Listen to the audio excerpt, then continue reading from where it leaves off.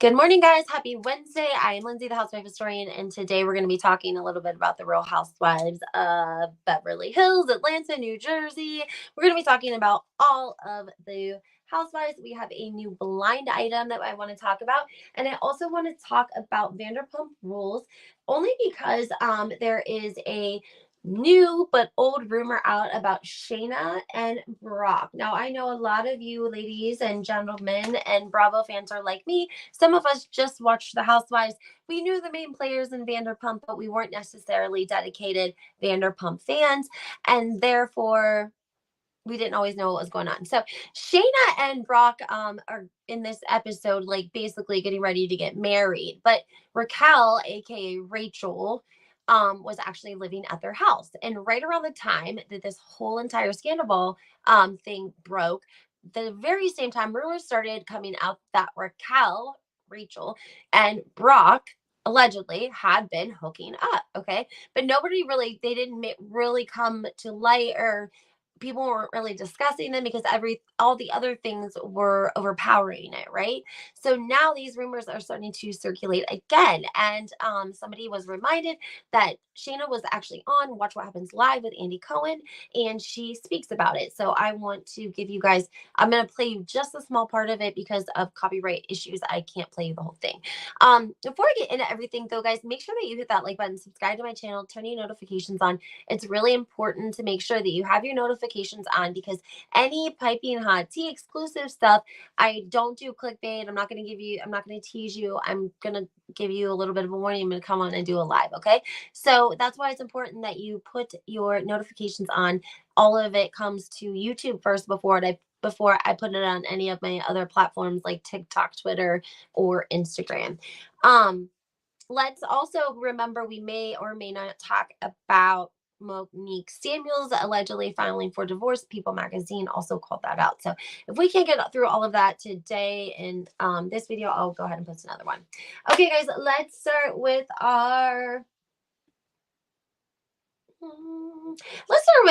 Raquel and Rachel and the blind item and Brock. Okay. I want to know how many of you guys believe that this rumor is true.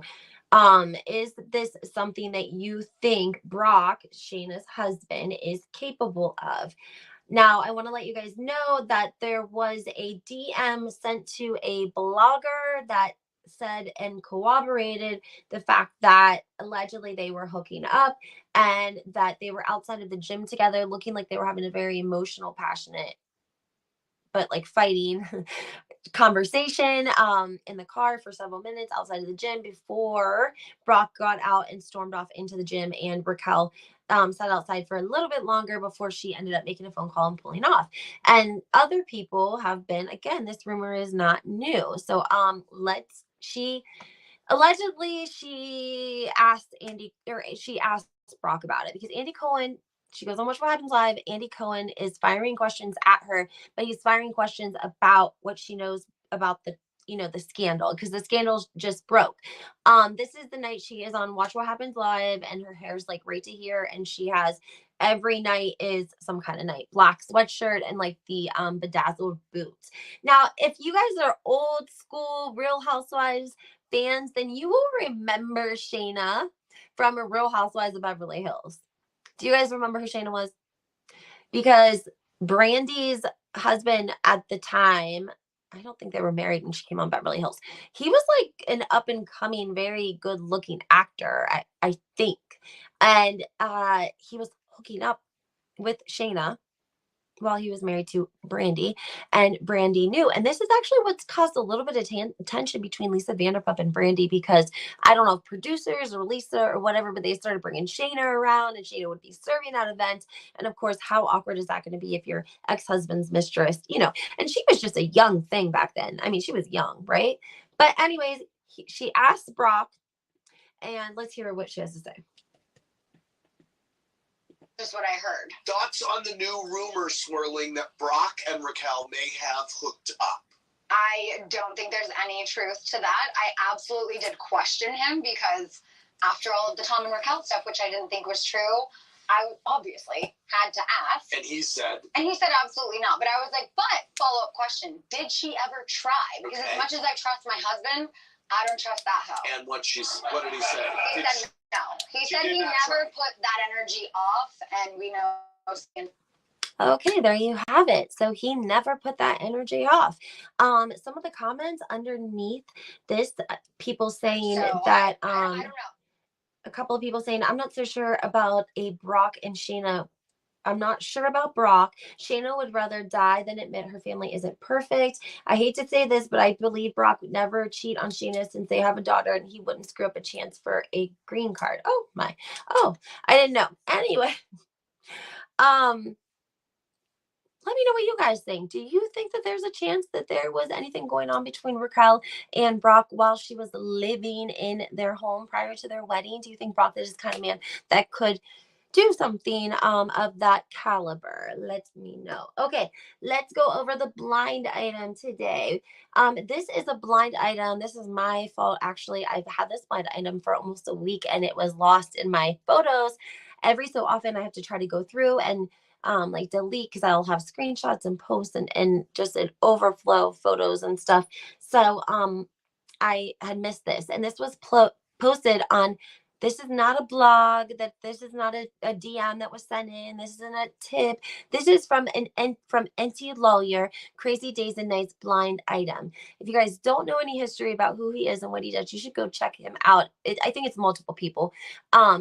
But it started out like they are completely anonymous, and they've been anonymous and managed to stay that way for 10 years. But they do think, and some people have really said they think it's Robert Downey Jr., but we don't really know. So let's get into this, guys.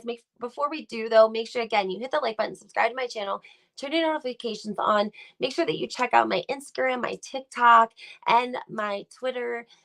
Good stuff on there, guys. Okay, so facts. It makes sense that the housewife and her husband snitched on the family member.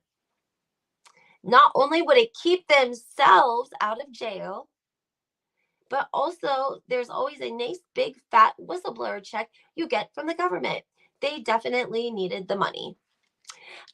What do you guys think about this item? If we break it down, it says that it makes sense that this housewife and her husband snitched on the family member. Okay. Not only would it keep them out of jail. Now, why would it keep them out of jail? Were they possibly doing the same thing or doing something that would cause them to go to jail, that they would have to tell on somebody to stay out of jail? Do you guys remember the movie Departed? The Departed. It was a classic movie, like classic. Okay, I hope that you guys are with me. The Departed was actually based on a true story of a gangster from way back. The number of amount of people that he unalived is in the 20s, but he was getting away with it because he was working with the government and he was giving up his competition, if you guys know what I'm saying. So he was selling rugs, but he knew of other people in town that were selling rugs. And so he would tell on the other people so that they would get caught, get busted, quit selling, and then he would get more clients. And he got away with this for like his whole life. Yeah. So if you don't know anything about The Departed or who the movie is based on, you should check it out because people were shook in the movie. Leonardo DiCaprio's in it, Jack Nicholas. He is the informant the whole time, but he's also supposed to be the bad guy. And Leonardo DiCaprio, it's a very good movie. But basically, it goes to show that you don't know who is working with the government sometimes, okay? Because they don't care about the moral compass of the person that they work with. That's why they'll work with and have people do like if somebody leaves a known rug house, they'll pull them over so that that person will go do a controlled buy from the rug dealer, and then that would result in a conviction, maybe, right? So just a thought, guys. Just a thought. Whistleblowing, that's a real thing. You do get paid for that. And it definitely does depend, I think, on the magnitude of what you blow the whistle on. again, guys, let's think about some of the players in New Jersey. Okay, Al Manzo. We didn't know it at the time necessarily. People that weren't from that area didn't know necessarily the connections that these people had. But now that it's 2023 and we have the internet, we know that Al Manzo allegedly and the Manzos are well connected. This doesn't make them bad people. This doesn't mean that whatever. It's just saying, it's just a fact. They're just connected. Um,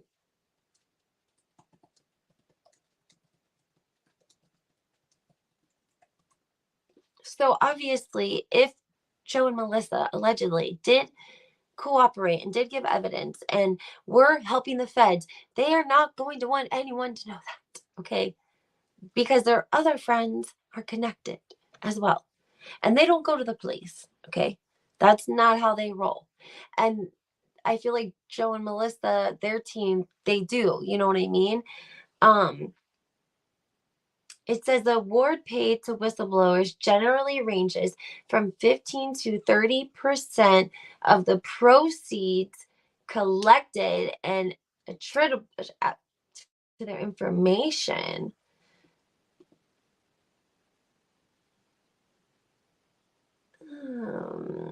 The government must give them between 15 and 30%. This says an average whistleblower will get 15 to 25% of the case value or the amount paid by the defendant if the government intervenes, and 25 to 30% if the whistleblower goes on by him or himself.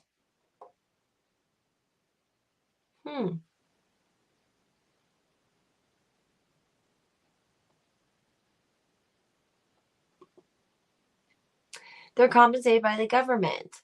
The whistleblowers are awarded based on a percentage of the money recovered by the government when those recoveries are due. Okay, so they would have got 15 to 30% of the amount of money recovered from Teresa and Joe Giudice. And how much did they pay?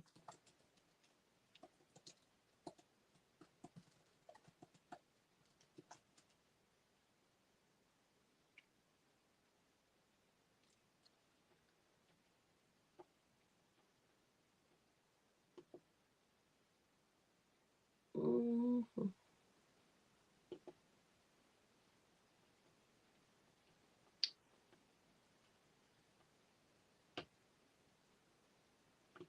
Let's see what this is. Teresa said nothing has been seized from her. I cannot find it. I know that she didn't have a whole lot of restitution, right? So she had like 500,000 in restitution. That's all that she had. And I think that she was quickly trying to pay it off before sentencing because, again, I told you guys, they want that restitution money. That's why I don't think that Teresa could be owing old taxes and such or any restitution, because she said she had it paid off and she would have had to, for them to get off APA. So I'm not sure where that rumor is coming from. Let's see what he had.